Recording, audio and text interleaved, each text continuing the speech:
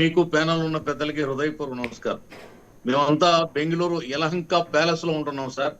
భయపడి అప్పుడప్పుడు చుట్టం చూపుగా వచ్చి ఇటువంటి అభూత కల్పనలో విష ప్రచారం చేసి వెళ్ళిపోతున్నాం. కొద్దిసేపు మళ్ళీ లండన్ పోతాం, అక్కడ ట్రీట్మెంట్ తీసుకుంటాం, ప్రిస్క్రిప్షన్ తీసుకుని మందులు తీసుకుని వస్తూ ఉంటాం. ఆ డోస్ ఎక్కువైనప్పుడు ఎక్కువగా మాట్లాడుతుంటాం. మాకు అదే పని, వేరే పని లేదు. గ్రామాల్లోకి ఎవరు వెళ్ళలేకపోతున్నారో, గ్రామాల్లో ఏ పార్టీ ఖాళీ అయిపోయిందో, ఏ క్యాడరు ఇవాళ టీడీపీ, జనసేన, బీజేపీలో జాయిన్ అవుతామని ప్రదక్షిణలు చేస్తున్నారో, ఆయన ఇప్పటికీ కూడా కరెక్ట్ నివేదిక తెప్పించుకోలేని దుస్థితిలో ఉన్నాడంటే ఇంకా అంతకంటే దౌర్భాగ్యం ఒక రాజకీయ పార్టీకి ఇంకేముండదు. ఇప్పటికైనా గతంలో కూడా వైనాట్ 175 అని చెప్పి తప్పుడు రిపోర్ట్లు, తప్పుడు ఇంటెలిజెన్స్ రిపోర్టు నివేదికలన్నీ తప్పుడు రిపోర్ట్లు రప్పించుకుని నమ్మి ఆ మబ్బుల్లో నీళ్లు చూసి ముంత వలకబోసుకుని మీరు గాలిలో కలలు కన్నారు, గాలిమేళ్లు కట్టారు, పేకమేళ్లు కట్టారు, అన్ని కుప్పకూలిపోయి 11 సీట్లకు పరిమితం అయిపోయింది. ఆయన ఒక ఎమ్మెల్యేగా ఉండిపోయాడు. ఈవేళ సాధారణ ఎమ్మెల్యే, పులివెందులకు ఎమ్మెల్యే మాత్రమే. ప్రతిపక్ష హోదా కావాలని చెప్పి కోర్టుల చుట్టూ తిరుగుతున్నాడు. నాకు మైక్ ఎవరు అంటాడు, అదంటాడు, ఇదంటాడు, నానా యాగి చేస్తాడు. చిన్నపిల్ల టైప్ లో మాట్లాడుతున్నాడు. ఆయన ఒక 5 ఏళ్ళు ముఖ్యమంత్రి చేసిన వ్యక్తిగా ఒక్క మాట కూడా ఈ రోజుకి మాట్లాడలేకపోతున్నారు. పోనీ అది పక్కన పెడదాం సార్.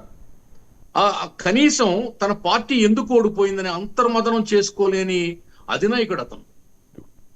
ఏంటి నా ఫెయిల్యూర్ ఏంటి, నా తప్పుదేం ఏంటి, నా తప్పు ఏంటి, ఎందుకు నా పార్టీ ఇలాగ అయిపోయింది, ఇంత ఘోరమైనటువంటి ఓటమి ఎందుకు చవి చూసింది, ప్రజలు ఇంతగా ఎందుకు రియాక్ట్ అయ్యారు, ఎందుకు ఇంతగా తిప్పికొట్టారు, తిరస్కరించారు, చేత్కరించారు అని కనీసం బుద్ధితో, ఇంగిత జ్ఞానంతో, కామన్ సెన్స్ తో ఆ లీడర్ ఆలోచించలేకపోతున్నాడంటే ఇంకా పార్టీ వ్యానిష్ అయిపోతుందని అర్థం.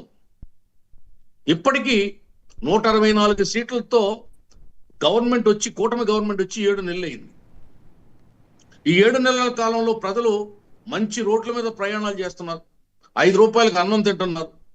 రేపు స్కూళ్లు తెరిచే నాటికి మెగా డిఎస్సి రాబోతుంది. అలాగే ఆ రిక్రూట్మెంట్ జరగబోతుంది.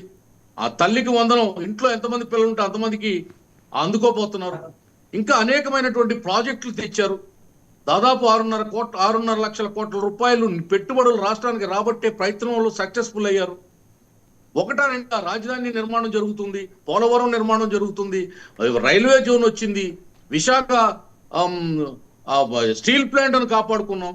ఒకటా రెండా ఎన్నని చెప్పాలి? ఈ 7 నెలలలో మేము సాధించిన ఘనకార్యాలు, కూటమి గవర్నమెంట్ సాధించినటువంటి ఘనకార్యాలు ఎన్నని చెప్పాలి? ఒకటా రెండా ఎన్నని చెప్పాలి? కానీ అవన్నీ ఆ ధృతరాష్ట్రుడికి కనపడవు. ఆ ధృతరాష్ట్రుడు ఇంకా ఇవన్నీ చూడలేడు, వినలేడు, మాట్లాడలేడు. ఏది మాట్లాడినా అభూత కల్పనే, అబద్ధమే. అబద్ధాన్ని నమ్ముకుని, అసత్య ప్రచారాన్ని నమ్ముకుని, గోబెస్ ప్రచారాన్ని నమ్ముకుని, ఆ సాక్షి మీడియాలో ఏదో రాసేస్తే ప్రజలు నమ్మేస్తాన్ని ఇరగబడి చదివేసి అంటున్నారు. అది 6 లక్షల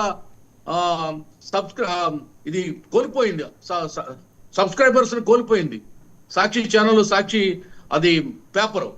ఇంకా దాన్ని నమ్ముకుంటున్నాడు. ఎవరు చదవట్లేదు దాన్ని, అదొక కరపత్రంగా మిగిలిపోయింది. దాన్ని నమ్ముకుని దాంట్లో సర్క్యులేషన్ అంటారా మీరు? ఏమండి, సర్క్యులేషనా?